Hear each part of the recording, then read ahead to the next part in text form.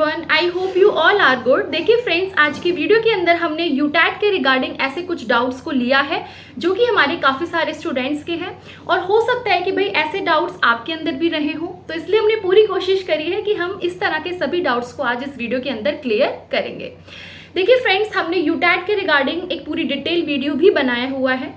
जिसने उस वीडियो को नहीं देखा है आप उसको देख सकते हैं, लिंक हमने डिस्क्रिप्शन में दे दिया है। उसके अंदर हमने आपको सारे एग्जाम पैटर्न, सिलेबस, एलिजिबिलिटी, हर एक चीज़ के बारे में डिटेल से समझाया है। अब देखिए यूटैट यानी कि उत्तराखंड टीचर एलिजिबिलिटी टेस्ट या फिर उत्तराखंड अध्यापक पात्रता परीक्षा। देखिए फ्रेंड्स, इसके फॉर्म आपके निकले हुए हैं, आप इसको टाइम से फिल कर सकते हैं जिनको भी इस फॉर्म को फिल करना है। अगर आप बिल्कुल लास्ट टाइम पे करते हैं तो देखिए काफ़ी ज़्यादा चांसेस होते हैं कि भैया वेबसाइट कई बार जो है फ्लक्चुएट हो जाती है, ठीक है, कई बार आपके जो सर्वर्स हैं वो डाउन्स हो जाते हैं। तो इसलिए अगर आपको फॉर्म फिल करना है तो आप इसको टाइम से कर दीजिए और कोई भी रिस्क मत लीजिए। चलिए हम थोड़े से डाउट्स को डिस्कस करते हैं। So let's start. देखिए सबसे पहला क्वेश्चन है अभिमन्यु जी का। इन्होंने पूछा है कि सीटेट कंसीडर हो जाएगा ना, या फिर स्पेशली यूटेट क्वालिफाई करना होगा फॉर फ्यूचर वैकेंसीज। देखिए बहुत अच्छा क्वेश्चन इन्होंने पूछा है और हो सकता है कि भाई ये वाला डाउट काफ़ी सारे स्टूडेंट्स के अंदर भी चल रहा हो, तो हम पूरी कोशिश करेंगे कि आपके इस डाउट को क्लियर कर पाएँ।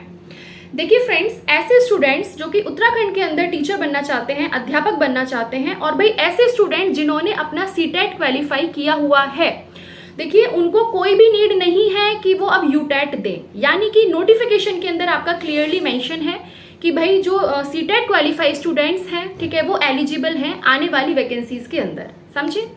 यानी कि आपको इसके लिए कोई भी अब स्पेशल यूटेट क्वालिफाई नहीं करना होगा। अगर आपका सीटेट के लेवल्स क्लियर हैं तो आप इजीली आने वाली उन वैकेंसीज के अंदर एलिजिबल हैं, उसमें आप आसानी से बैठ सकते हैं। आई होप कि आपका डाउट क्लियर रहा होगा। उसके बाद नेक्स्ट क्वेश्चन की तरफ चलते हैं और ये पूछा है एक्सक्लूसिव सवज्ञान जी ने। इन्होंने पूछा है कि एग्जाम यूके में ही होगा ना मैम सिर्फ। तो देखिए इसका आंसर है जी हाँ, मतलब बहुत बड़ा वाला हाँ, एग्जाम आपका सिर्फ और सिर्फ यूके यानी कि उत्तराखंड में ही होगा। उसके बाद नेक्स्ट आगे बढ़ते हैं। ये अगेन इन्हीं का एक और क्वेश्चन है एक्सक्लूसिव सवज्ञान जी का। इन्होंने पूछा है कि ma'am I have qualified CTET 1, तो क्या मुझको अगेन वो फिर से देना पड़ेगा या फिर मैं डायरेक्ट यूटेट 2 दे सकती हूँ। देखिए अगर आपका सीटेट का 1 लेवल क्वालिफाई है तो आपको कोई भी जरूरत नहीं है कि आप फिर से यूटेट 1 दें, ठीक। अगर आपका सीटेट 1 है तो आप उसकी आने वाली वैकेंसीज में अगर वो प्राइमरी की आती है तो आप उसमें इजीली बैठ सकती हैं। हाँ, अगर आपका सपोज सीटेट 2 नहीं है क्वालिफाई और मान लीजिए वैकेंसीज आपकी जो है अपर प्राइमरी की आती है वहाँ पे, तो उसके लिए आप फिर यूटेट 2 दे दीजिए। सो ये हो गया आपका नेक्स्ट क्वेश्चन का सॉल्यूशन। चलिए मैं आपको कुछ और पॉइंट्स क्लियर कर देती हूँ। देखो आपको सीटेट का पॉइंट क्लियर हो गया, भाई सीटेट वाले एलिजिबल हैं, ठीक है, उनको नीड नहीं है कि वो अगेन फिर से यूटेट वगैरह दे। अब एक और चीज आती है, भाई ऐसे स्टूडेंट्स जिनका मान लीजिए किसी अदर स्टेट का टैट क्लियर है, सपोज यूपी वाले स्टूडेंट्स है और उनका यूपी टैट क्लियर है, तो क्या वो लोग एलिजिबल हैं यूटेट, है ना, आने वाली उसमें वैकेंसीज में? देखिए बिल्कुल भी नहीं है, सिर्फ सीटेट वाले ही एलिजिबल हैं और जिनका अदर किसी राज्य का टैट क्लियर है तो भाई उनको यूटेट देना होगा, उनको यूटेट क्वालिफाई करना होगा, ये आप समझ लीजिए, राइट। इसके बाद नेक्स्ट क्वेश्चन है, देखिए जो आपका यूटेट है ये सिर्फ आपका एक एलिजिबिलिटी ही टेस्ट है, यानी कि इसको आपको क्लियर करना, इसको आपको क्वालिफाई करना बहुत बहुत अनिवार्य है। जो इसको क्वालिफाई नहीं करेगा वो आने वाली उत्तराखंड की वैकेंसीज के अंदर नहीं बैठ सकता है, ये आप समझ लीजिए, समझे। इसके बाद एक और क्वेश्चन आता है कि भाई अदर स्टेट्स इसके अंदर एलिजिबल हैं, अदर स्टेट्स के अंदर अप्लाई कर सकते हैं या नहीं। तो देखिए इसका आंसर है बिल्कुल अदर स्टेट्स वाले अप्लाई कर सकते हैं, ठीक है। लेकिन अब आप एक और चीज ध्यान से सुनेंगे, अप्लाई तो इसमें कोई भी कर सकता है, कोई सा भी स्टेट कर दे, चाहे राजस्थान कर दो, यूपी कर दो, हाँ महाराष्ट्र कर दो, कोई भी कर दो, no doubt, no worry. But दिक्कत पता है कब आती है? देखो जब आप इसको आप फिल करेंगे यूटेट को, तो यहाँ पे कोई भी ऐसा डॉक्यूमेंट वगैरह नहीं मांगेगा, ठीक है, कोई डोमिसाइल नहीं मांगेगा, तो यहाँ पे इजीली इसको क्लियरली आप उसको आसानी से फिल कर सकते हैं। बट क्या होगा ना, जब मान लीजिए आपका यूटेट क्लियर हो जाता है और फिर उत्तराखंड के अंदर आपकी टीचर वैकेंसीज आती हैं, राइट, अब उस केस में आप लोगों को प्रॉब्लम होगी। अब उत्तराखंड वाले बच्चे सोच रहे होंगे अब आएगा बेटा मजा है। चलिए ये तो एक मजाक की बात रही, लेकिन मैं आपको बता दूं, देखिए जब आपकी वैकेंसीज आती है ना, ठीक है, यूटेट के बाद, तो उस केस में ना वो लोग मांगते हैं भैया डोमिसाइल होना चाहिए उत्तराखंड का। अब उस केस में आप लोग क्या करेंगे बताओ अदर स्टेट्स वाले? अगर आपके पास डोमिसाइल है उत्तराखंड का तो आप आसानी से भैया फिल कर दो, कोई दिक्कत नहीं है। अदरवाइज मेरे हिसाब से तो फिर मुझे नहीं लगता कि कोई फायदा है, खाली आप यूटेट दे के ही रह जाओ, हाँ टीचर बन ना पाओ, तो बताइए कोई मतलब है इस चीज़ का?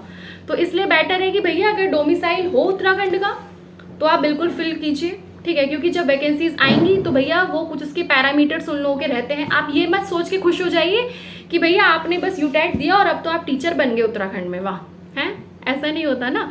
उसके बाद जब वैकेंसीज आएंगी ना तो फिर उनके कुछ जो प्रोटोकॉल्स हैं, उनके जो कुछ पैरामीटर्स हैं वो आपको फुलफिल करने होंगे।